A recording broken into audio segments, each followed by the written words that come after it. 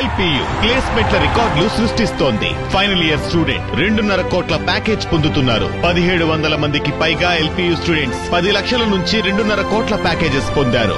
విద్యా విప్లవం ప్రారంభమైంది లవ్లీ ప్రొఫెషనల్ యూనివర్సిటీలో. ఆయన టీడీపీలో సీనియర్ ఎమ్మెల్యే. ప్రస్తుతం ఆయన ఒక పెను సమస్యను ఎదుర్కొంటున్నారు అని సమాచారం.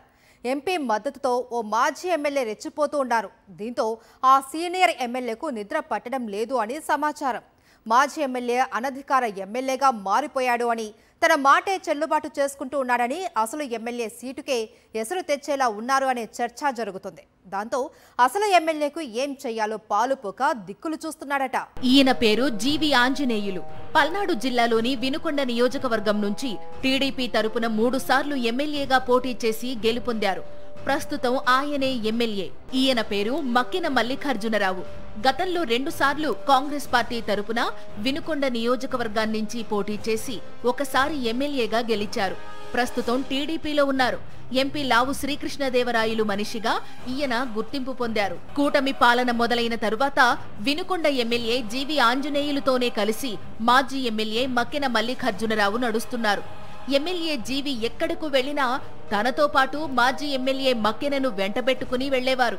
ఆయనకు సముచిత స్థానం కల్పిస్తూ వచ్చారు.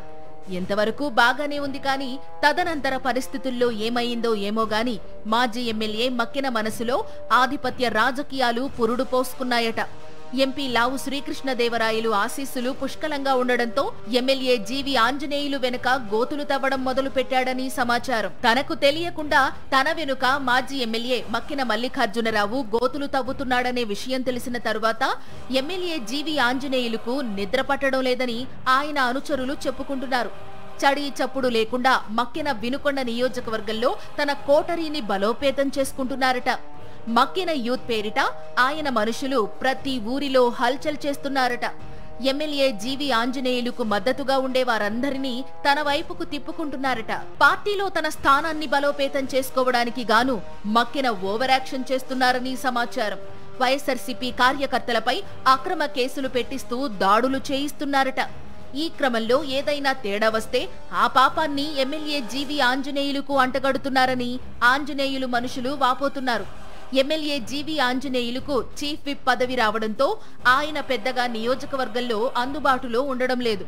చీఫ్ విప్ పదవితో పాటు ఆయనకు అనేక వ్యాపారాలు ఉండడంతో సమయం దొరక్క నియోజకవర్గ వ్యవహారాలను పెద్దగా పట్టించుకోవడం లేదట. ఇదే అదునుగా భావించిన మక్కిన మల్లికార్జునరావు తన వర్గం నేతలను ముందుకు తోసి వారితో నియోజకవర్గంలో పనులు చక్కబెట్టుకుంటున్నారని సమాచారం.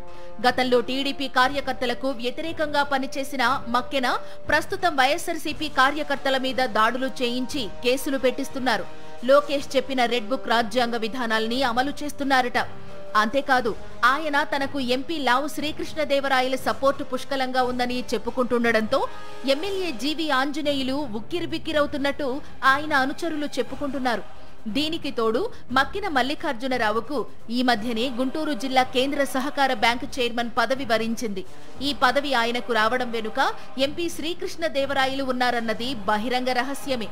మొత్తం మీద మాజీ ఎమ్మెల్యే మక్కిన మల్లికార్జునరావు నానాటికి బలోపేతమవుతుండడంతో ఎమ్మెల్యే జీవి ఆంజనేయులు టెన్షన్ పడుతున్నారట. ఏ పదవి లేకపోయినా తానే ఎమ్మెల్యే అన్నట్లుగా వ్యవహరించిన మక్కెన ఇప్పుడు జిల్లా కేంద్ర సహకార బ్యాంకు పదవి రావడంతో ఎలా చెలరేగిపోతాడోనని ఎమ్మెల్యే జీవి ఆంజనేయులు భయపడిపోతున్నారట.